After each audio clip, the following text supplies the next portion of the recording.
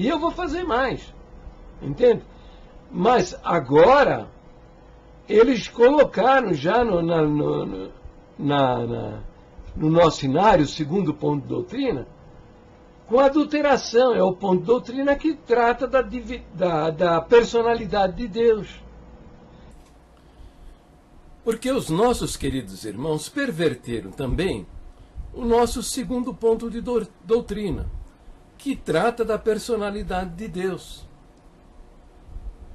A nossa doutrina, como tal definida lá em 1927, diz o seguinte, que nele há três pessoas distintas, o Pai, o Filho e o Espírito Santo. Então, o que fizeram estes homens? Eles sacaram o verbo haver e sacaram a palavra pessoas distintas, né? Substituindo pelo verbo estar. E a redação ficou a seguinte: nele estão o Pai, o Filho e o Espírito Santo. Então, isto é um esforço para negar a divindade de Jesus Cristo. De fato, o que eles querem dizer é que Jesus Cristo não é Deus, que Jesus Cristo está Deus. Por quê? O verbo haver, como está na redação da doutrina primitiva, né? Aquela que estava no nosso cenário de número 4, tá? Que nele há, nele há três pessoas distintas, né?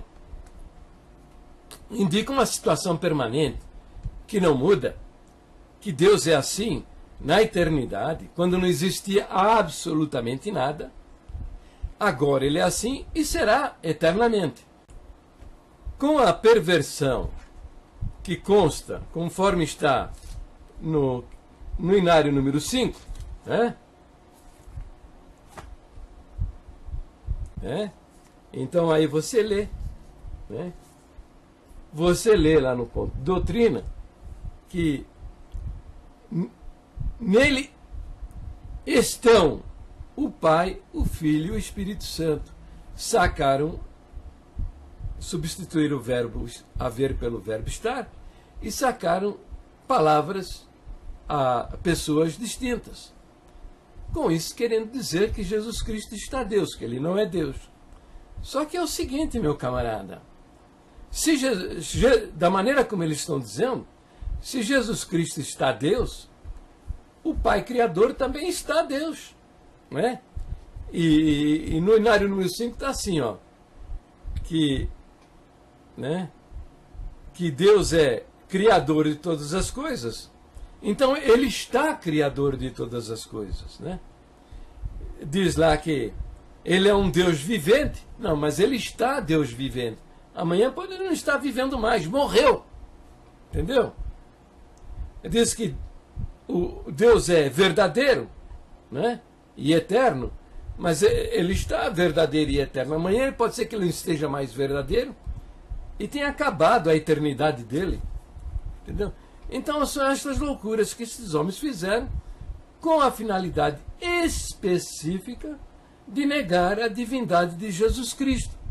Agora, eles estão fazendo isso tranquilão, tal, porque a Irmandade toda está de cabeça feita. Fizeram a cabeça da Irmandade ao longo desses 50, 60 anos, né? Por meio de linguagem subliminar, listas secretas de ensinamentos, mensagem e reuniões secretas. Então, você está conferindo? É o cumprimento da promessa, da profecia do apóstolo Pedro. É o cumprimento da profecia do apóstolo Pedro, que falsos profetas introduzirão encobertamente heresias de perdição. É o que esses homens estão fazendo ao longo desses 50 anos, através dessas coisas todas, desses artifícios, fizeram a cabeça da Irmandade. E hoje a Irmandade aceita tranquilão. Não há o menor problema, tá? Nestas mudanças. E hoje, Jesus Cristo em nosso meio é um ilustre desconhecido. A Irmandade não sabe um verso, uma palavra dita pelo Senhor Jesus, registrada nas Escrituras. Sabe nada, absolutamente nada. O que eles sabem é aquilo que eles escutam da boca do falso profeta, que ele profere lá na tribuna. E eles mudaram. O que eles puderam fazer de mudança, eles mudaram. Mas algumas coisas eles não conseguem mudar. Por quê? Porque são coisas, né, que fazem parte da tradição já há 100 anos. Então eles não conseguem mudar. Que a igreja está praticando isso já há 100 anos. Então eles não podem mexer com isso. Não podem mudar, mexer com isso. É difícil para eles. Vocês estão lembrados do problema que causou eles retirarem o quadro lá do salão? O quadro da profecia lá do irmão Franciscão? Está lembrado desse quadro aí, ó? Esse daí? Este quadro, ele estava na entrada de todos dos templos da congregação cristã. Foi uma revelação que o Senhor deu ao nosso irmão Luiz Franciscão e que permaneceu nas nossas igrejas por um pouco mais do que 80 anos. E por ordem, por decisão do ministério, foi retirado de todas as igrejas, sem uma explicação. Hoje eu estou compreendendo que é porque neste quadro está a frase: Jesus é o cabeça da igreja. Porque estes homens não acreditam na divindade de nosso Senhor Jesus Cristo. Está lembrado? O que é da tradição é difícil mexer. Mas se eles pudessem, eles mexeriam. O que é da tradição? A abertura do culto em nome do Senhor Jesus, né? As orações feitas em nome do Senhor Jesus, entendeu? Isso é da tradição. Você não consegue mudar isso aí. Isso funciona também como se fosse um botão que liga o motor. Você aperta o botão, pá, aperta o botão e o motor já sai virando. Então a Irmandade fala essas coisas sem pensar, vai falando aí, entendeu? E você vai ouvir também nos hinos e na pregação, se o texto que o pregador, ó, ele abre a Bíblia, tá? E você vai ouvir o nome de Jesus se o texto tiver o nome dele, senão você não vai ouvir, tá? E nas orações, porque é assim. Nos hinos, porque está lá escrito. Senão você não vai escutar, entende? Você sabe o que acredita uma igreja? É no espontâneo. Agora, no espontâneo, vejo o testemunho da Irmandade lá na frente. Você vai escutar o quê? Que Deus fez isso, Deus fez aquilo, Deus trouxe, Deus tirou, Deus me deu, Deus mostrou. Entendeu? É Deus para cá, Deus para lá, mas você não ouve o nome do Senhor Jesus. Você não ouve não, tá? Isso aí é o sintoma de que esses homens, por meio de reuniões secretas, listas secretas de ensinamentos e mensagens subliminares, tiraram a pessoa de Jesus do centro da atenção da igreja. A Irmandade não sabe nada do que ele falou. O que ele falou está registrado nas Escrituras. Aqui, ó. Aqui, no Novo Testamento, os Evangelhos. A Irmandade não sabe dizer uma palavra do que ele falou, registrada nas Escrituras. Mas sabe dizer o que ele escutou da boca do comedor de feijão. Entendeu? Da mensagem subliminar. Entende? E não sabe um verso sequer do que o Senhor falou. Está registrado nas Escrituras.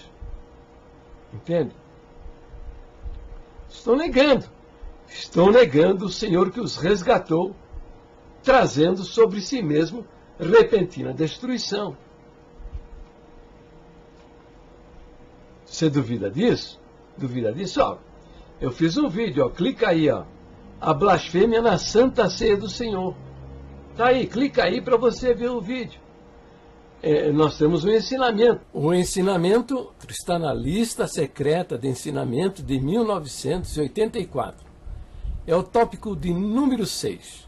O título dele é Reconciliação nas Santas Ceias. Tá? Apresentar o pão e o cálice e não o vinho. Tá? Então veja, tem bastante coisa. Está passando aí para você ver. Tá? E você pode procurar nos sites da congregação. Procura lá a lista de ensinamento de 1984. Não esqueça, será secreta, né? E você vai conferir, né? Então, aqui você vai perceber um montão de coisas que são blasfêmias. Blasfêmias. Tá?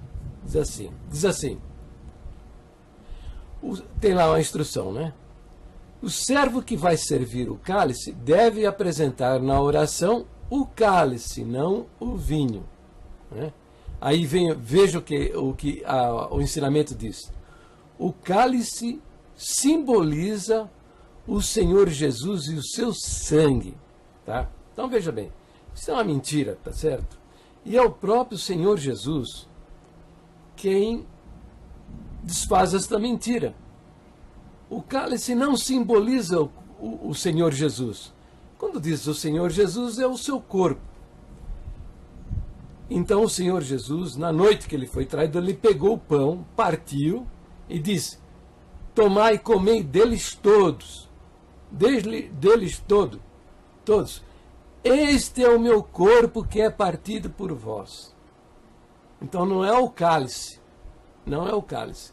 É o pão que simboliza o corpo do Senhor. O ensinamento continua dizendo, né? O cálice simboliza o Senhor Jesus e o seu sangue. Não é verdade. Quando o Senhor Jesus diz, este é o cálice do Novo Testamento no meu sangue, quando ele diz, bebei dele todos, ele está nos fazendo saber que o simbolismo não está no cálice, o simbolismo está no sangue. Tá? Se o simbolismo fosse o cálice, ele diria, bebei nele todos. Não, mas ele não disse isso. Ele disse, bebei dele todos. Quer dizer, bebeu o conteúdo do cálice. Não é isso? Entendeu? Então, isso é uma figura de palavra chamada metonímia. E aqui o Senhor Jesus está empregando uma metonímia que é conhecida como o conteúdo pelo continente. Quer dizer, o conteúdo substituído pelo continente. O continente é o que contém o cálice. O conteúdo é o vinho, é o que está contido dentro do cálice. Entendeu? Se você tem dúvida, procura aí um professor de português, ele vai explicar isso direitinho para você. Entendeu? Que Jesus se valeu aqui de uma figura literária conhecida como metonímia, que é o conteúdo pelo continente, é a substituição do conteúdo pelo continente. Mas quando ele usou o pronome demonstrativo dele, bebei dele todos, tá? Ele está dizendo que é para o simbolismo o que está dentro do cálice. Se o cálice fosse o símbolo, Jesus teria dito, bebei nele. Mas ele não disse bebei nele, ele disse bebei dele. Tá? Então, agora veja aqui uma mensagem subliminar. Não está dito que é para beber do cálice, mas ele tem que estar vazio. Eu pergunto para você, vale alguma coisa para você? Passamos aí o fim do ano, terminou o fim do ano, aí as empresas dão cesta de Natal, né? Na véspera do Natal, de presente para os funcionários.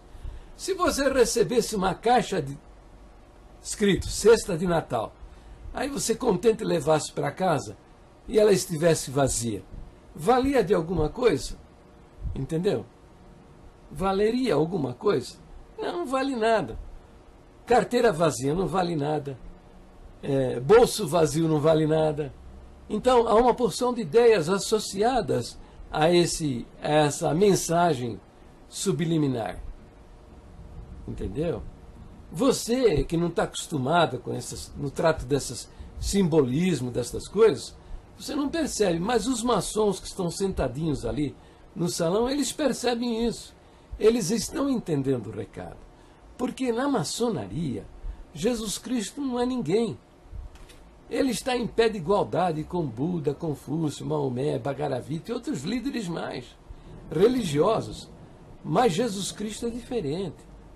O Jesus que está na Bíblia, no Novo Testamento, nos é apresentado pela Bíblia Sagrada, não é pelo Novo Testamento, não é só pelo apóstolo João, pela Bíblia Sagrada de capa a capa, nos apresenta Jesus Cristo como o Verbo de Deus encarnado, aquele que realizou todas as coisas. Então, aqui está uma blasfêmia contra o Senhor. Não está observando, não é o cumprimento da profecia do apóstolo Pedro, que introduzirão encobertamente heresias de perdição. Entendeu?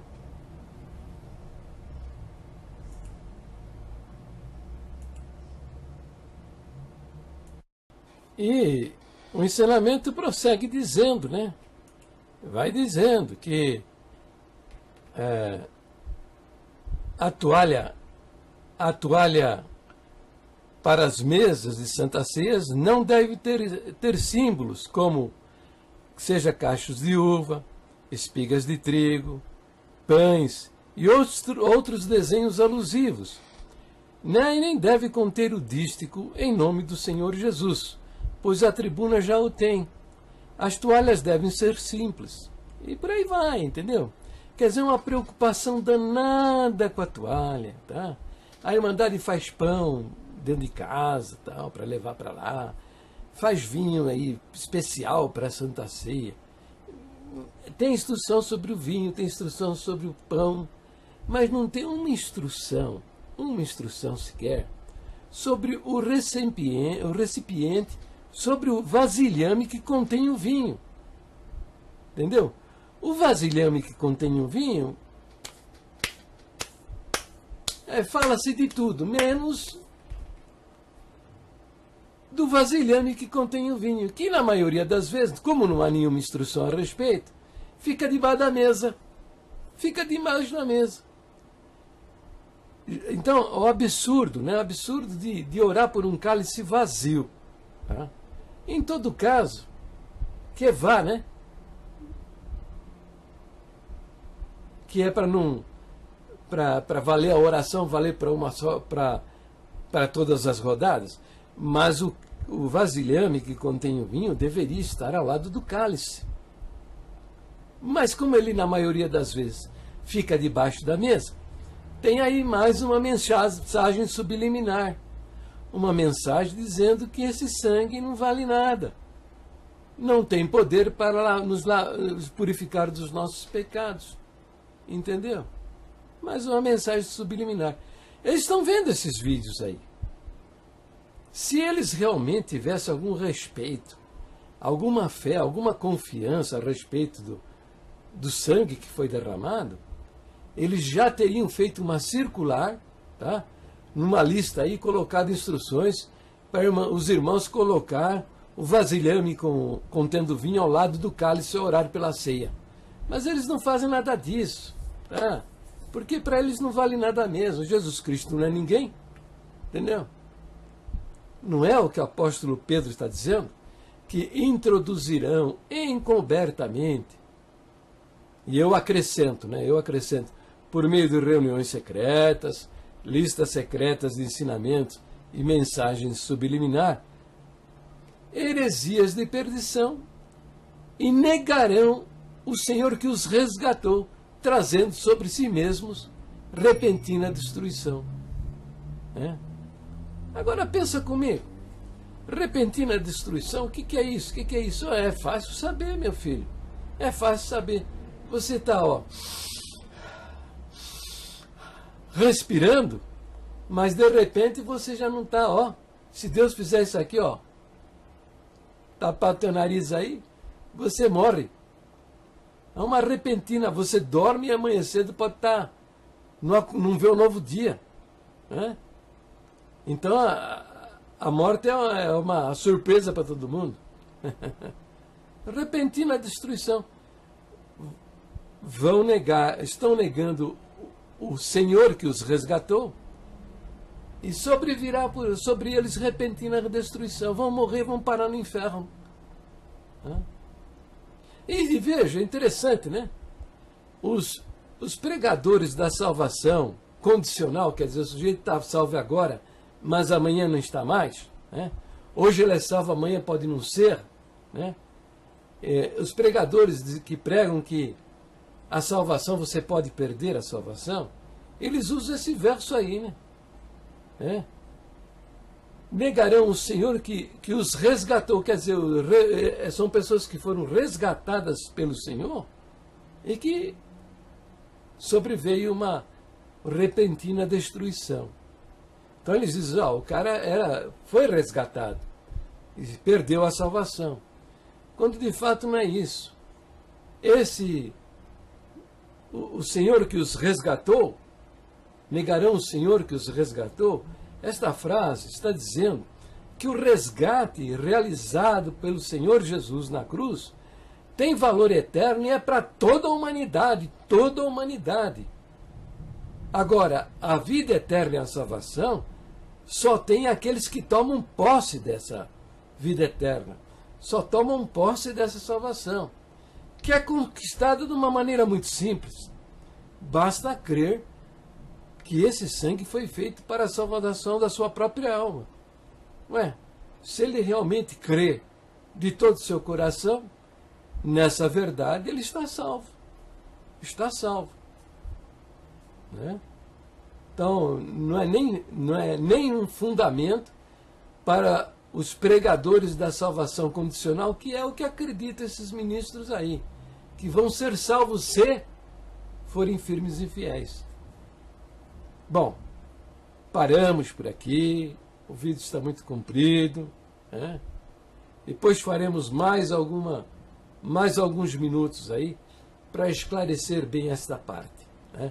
O cumprimento da profecia de Pedro, o retrato literário do ministério da Congregação Cristã no Brasil na profecia do apóstolo Pedro.